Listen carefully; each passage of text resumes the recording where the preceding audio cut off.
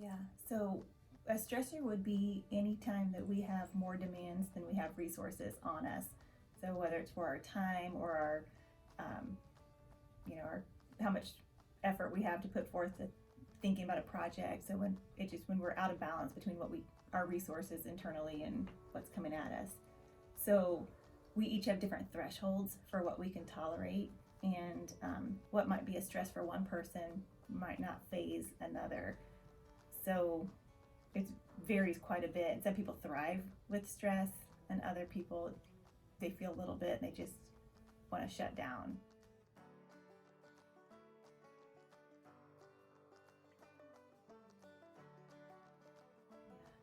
So it's funny when we talk about stress, we usually hear it together with stress management. And you use the word eliminate. We never really refer to stress elimination, it's always stress management. And realistically, it's important for us to recognize that we are always going to have stress in our day to day lives, but trying to figure out how to manage what we do have. And one of the things that we like to recommend is to first look at what you can eliminate from your life. So if you um, have something that is just really brings you down, is there a way to remove that from your plate? Um, and then once you've eliminated the things that you can, are there things that you can prevent? So um, for one person, it may be not booking themselves up back to back, giving themselves space in between. That may prevent stress in the future, when that time comes and they're running late, or um, 15 credit hours instead of 19. So there might be some things that people can do looking ahead, knowing that that would reduce or prevent stress. And then after you've eliminated the current ones, prevented the future ones, then you manage the rest. And it hopefully gives you a reasonable amount to manage.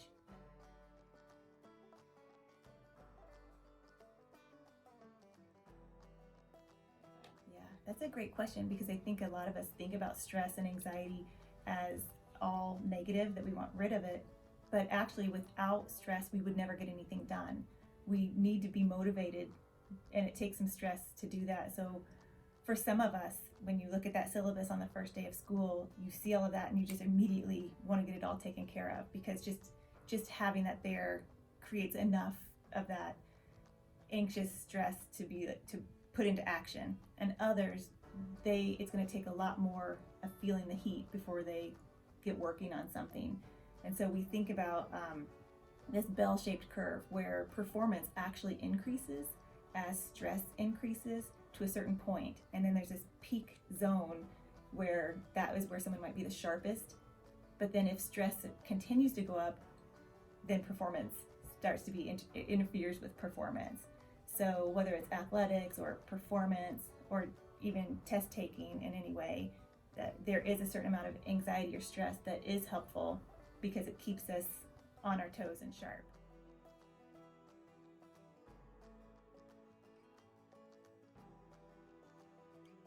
Yeah.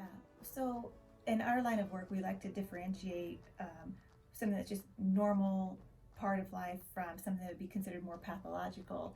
And when we talk about stress, for us, we would think about that as being non-pathological. It's just a part of our lives. And in that way, we would not normally see pharmaceuticals involved in that. It would be much more of time management and maybe assertiveness skills and training, that sort of thing. Um, when it kind of crosses that threshold and moves over to something that's maybe more defined as anxiety, that's when we would certainly be more likely to see someone prescribed a medication that could help with that. And we definitely have plenty of students that have sought out pharmaceuticals for help with anxiety. And I think one of the things, and this isn't particularly new, but newer in terms of the past couple of decades, would just be the addition of the SSRIs and the option for non-habit forming medications that can help with anxiety over the long term.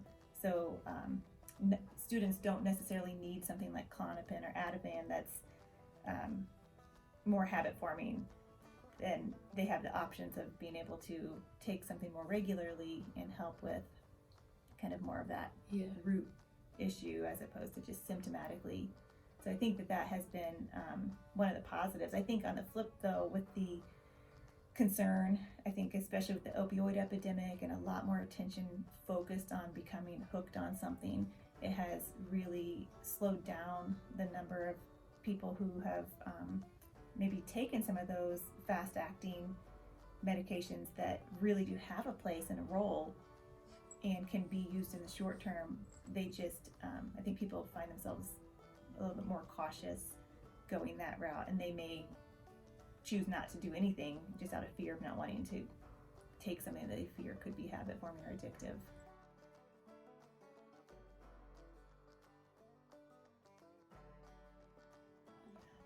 So, as a licensed psychologist, we don't do prescribing.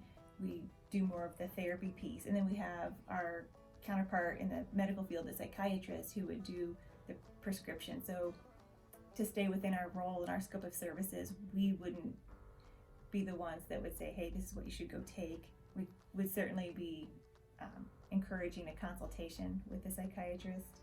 And even then, just from our conversations with the psychiatrist, it's very individualized in terms of what works for one person versus another.